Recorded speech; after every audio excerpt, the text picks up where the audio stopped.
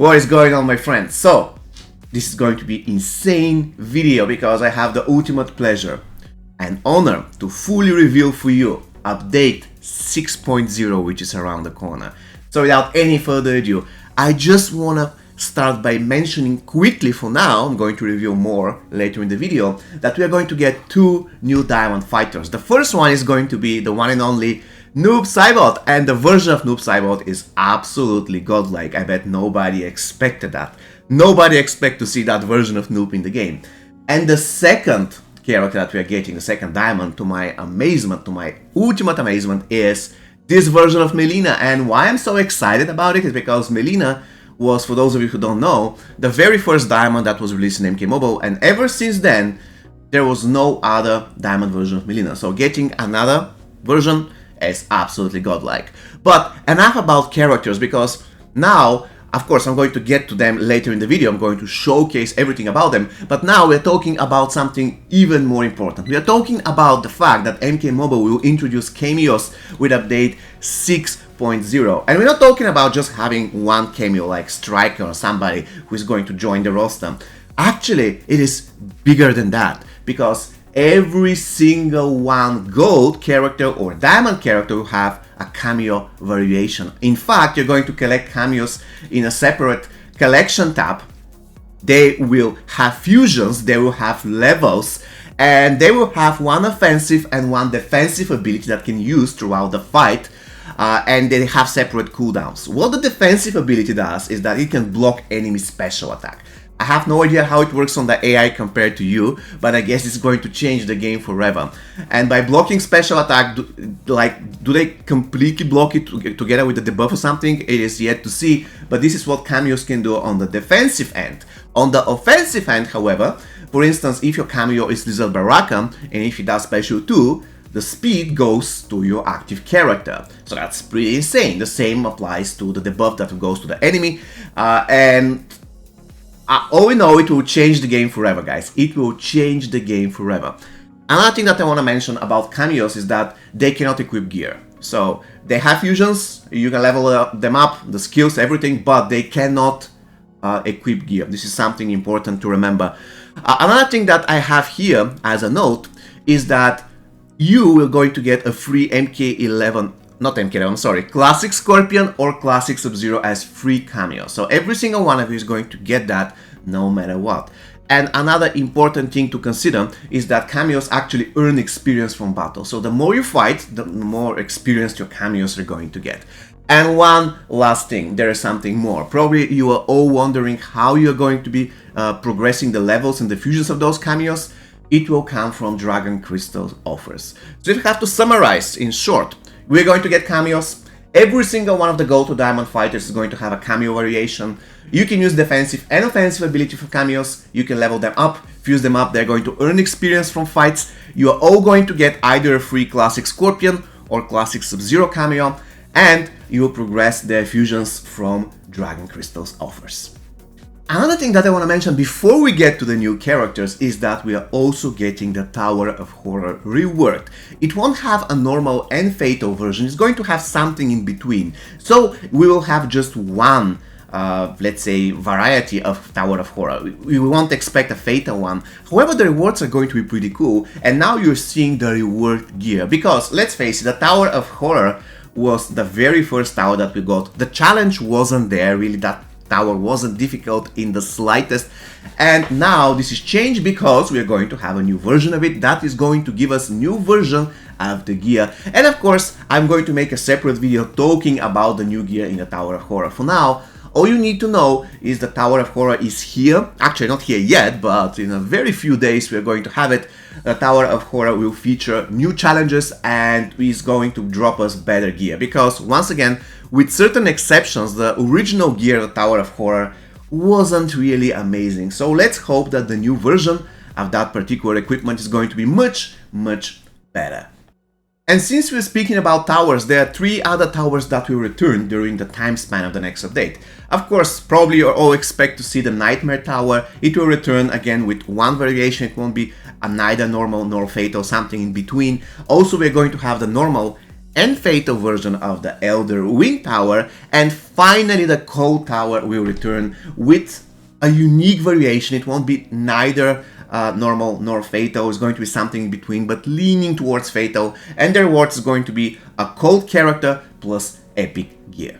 And talking about gear, how about two new friendship sets, one for Noob Saibot and one for Scarlet. However, unlike everything else we already mentioned about towers and stuff, those two sets won't be dropping from any tower, they will be exclusive to the crypt. So if you grind the crypt, they will eventually drop.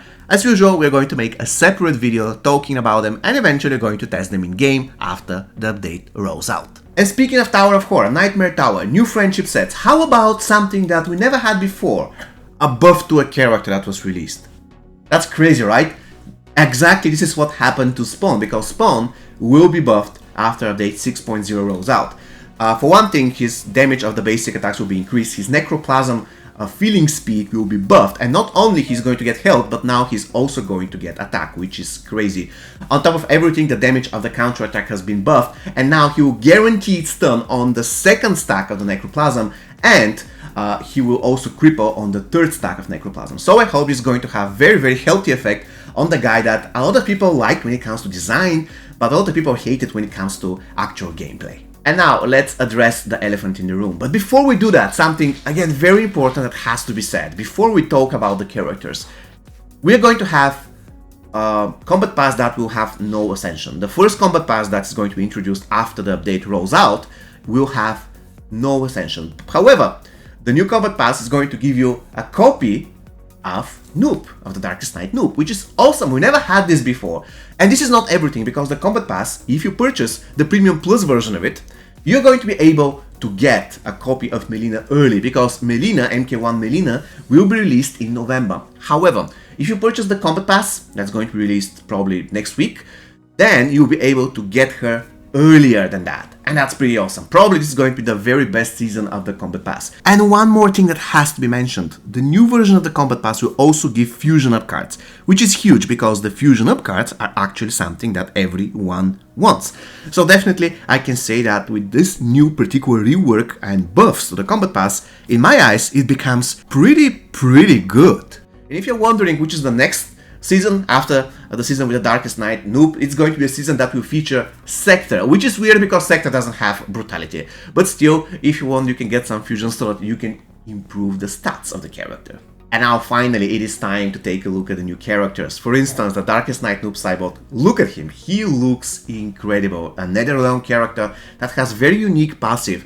He and his teammates, it doesn't matter whether teammates are Netherrealm, will actually make sure that they cancel all the tagging attacks.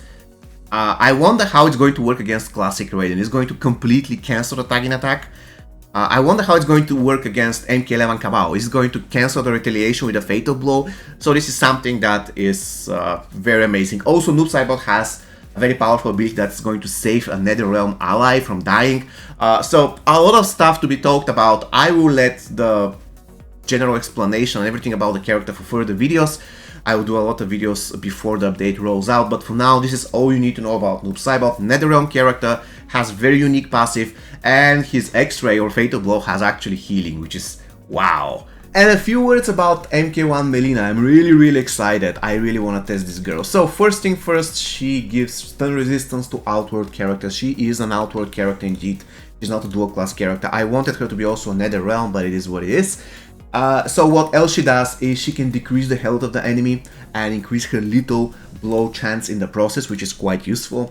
Also, she can turn into a Tarkatan form, and then she can actually be in the Tarkatan form for 9 seconds, getting vampirism, and once she gets out of this form, she applies some kind of a debuff, which is pretty interesting to the enemy. She has very useful debuffs on her both Special 1 and Special 2, so I cannot really wait to test her. I really want to test Melina, more than Noob Saibot. Probably you want to test Noob Saibot more than Melina, but I'm a Melina fan, I'm a huge Melina fan. And the last Melina that was released into the game happened actually 7 or 8 years ago, so I cannot wait really to test that version of Melina. I hope that's going to be great, and definitely I'm going to buy the Combat Pass so that I can unlock her early. And if you think that this is all, think again, because there's other things that are coming to MK Mobile with update 6.0. The first thing is that we're going to get a new battle zone that comes directly from MK1. It is the tea house. If you haven't seen the tea house, I'm going to show it to you right about now. There's something else though, it's not just the tea house. We will get new trials. Those new trials will be very interesting because they'll be revolving around summon packs. Those trials are always available, they'll never expire. Completing them will give you a chance to earn MK1 character or a fusion up card. We all know that we need MK1 characters and fusion up cards, especially fusion up cards. And I bet none of us have all MK1 characters maxed out, so I guess this is a pretty good. Those trials will be visually different, so they will be easier to spot than the rest, and once again they will never expire, which is quite cool. And one last thing, guys, one last thing.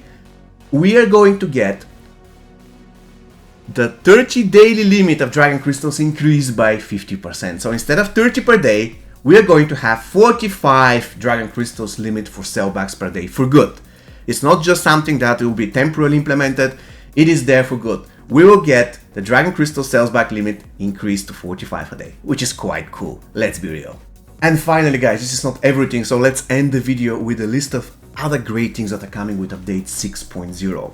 First thing, the Shao Kahn helmet now is going to be easier to obtain. We all know that it was kind of difficult before 6.0 for a lot of players. Also, the Black Dragon Tower gear is now in the crypt.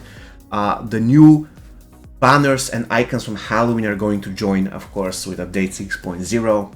Halloween is about, or it's around the corner, so of course this is going to come. Also, we have the Elite Packs buff, because now the Elite Packs will also have recently released characters. Now, I don't know whether they're going to have the newest characters, probably they won't, but what I know is that they will have the recently released characters, so I guess that is a pretty good buff. You'll be able to filter equipment by block breaker, also be able to flag characters as favorites so that you can easily filter your favorite characters. That's pretty awesome as well. Maxed out characters will stand out because the frame of them is going to be a little bit reworked so that they're easier to spot out.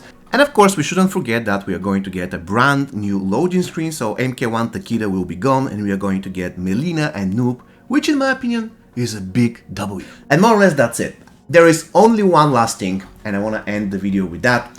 MK1 Shang Tsung has a hidden, unique gesture, and nobody has found it so far. This is everything I can tell you about it. Please try to find it. And there is one hint that I know. This revolves about the enemy being at specific health. I don't know how much is that health. Is it talking about percentage or let's say nominal health? But yeah. Long story short, MK1 Shang has a hidden gesture. Nobody has found it so far. Nobody. Zero. So if you're the first guy to do that, that's going to be great. Please send me a video or just explain to me how you did it. Because I have no idea what that hidden gesture is, but I know it's in the game. And yeah, if some of you can find it, that's going to be awesome. See you next time, guys. See you in the next one and have an amazing rest of your day. Take care.